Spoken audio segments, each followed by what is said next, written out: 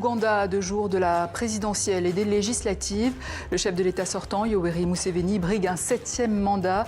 Face à lui, 7 candidats, dont Bobi Wine. Analyse à suivre avec Christophe Titeka, professeur à l'Université d'Anvers. Bienvenue dans cette nouvelle édition du Journal Afrique. Après 40 ans au pouvoir, Yoweri Museveni brigue un 7e mandat ce jeudi. Le président ougandais, âgé de 81 ans, est notamment opposé au chanteur Bobi Wine. Portrait croisé signé Fanny Noirou-Cabré, Stéphane Dard. Ce visage, les 3/4 des Ougandais n'en ont jamais connu d'autre à la tête du pays. Celui de Yoweri Museveni, 81 ans, dont 40 comme président et candidat à un 7e mandat consécutif.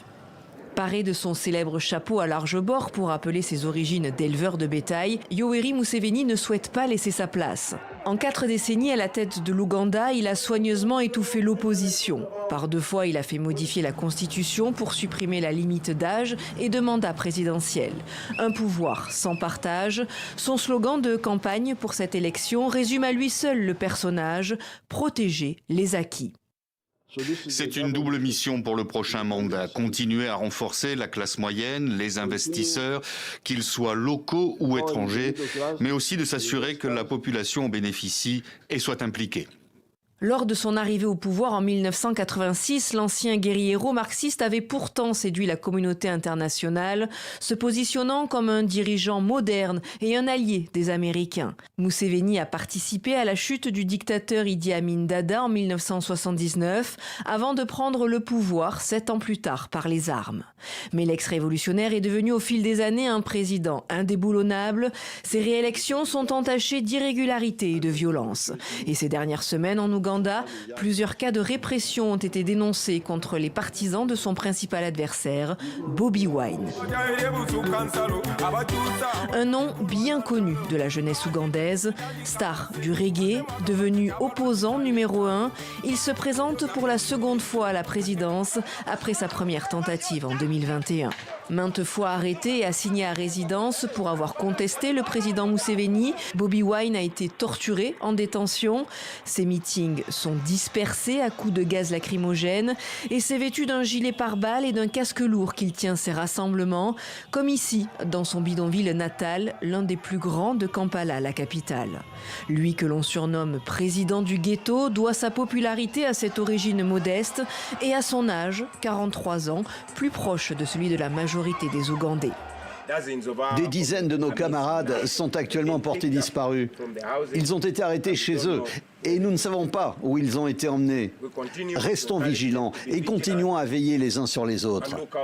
Mais je le répète, sans crainte d'être contredit, ils ne peuvent pas tous nous enlever. Les prisons sont déjà pleines et nous sommes encore des millions d'Ougandais à vouloir changer les choses. La précédente campagne en 2021 avait été marquée par la mort de dizaines de personnes. L'accès à Internet avait été coupé lors du scrutin. Bobi Wine a affirmé qu'il appellerait à manifester en cas de fraude électorale du président Yoweri Museveni. Le vote est prévu ce jeudi. Et de cette élection en Ouganda, on continue à en parler avec Christophe Titeka. Bonsoir, vous êtes professeur à l'Université d'Anvers et spécialiste de l'Ouganda. Pensez-vous que le scrutin sera transparent ? Oui, alors je peux être clair. Ces élections ne seront pas transparentes. Donc ce soir à 18h, heure locale ougandaise, les autorités ougandaises, ils ont de nouveau coupé l'Internet. Les réseaux sociaux comme Facebook n'ont d'ailleurs jamais été rétablis depuis les élections de 2021. Et ces derniers jours, plusieurs ONG ont été suspendues.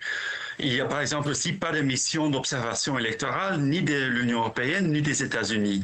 Et donc, bref, tout est fait pour verrouiller le processus.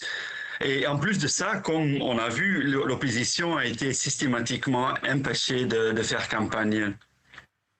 Et si le scrutin avait été transparent, qui pourrait gagner ?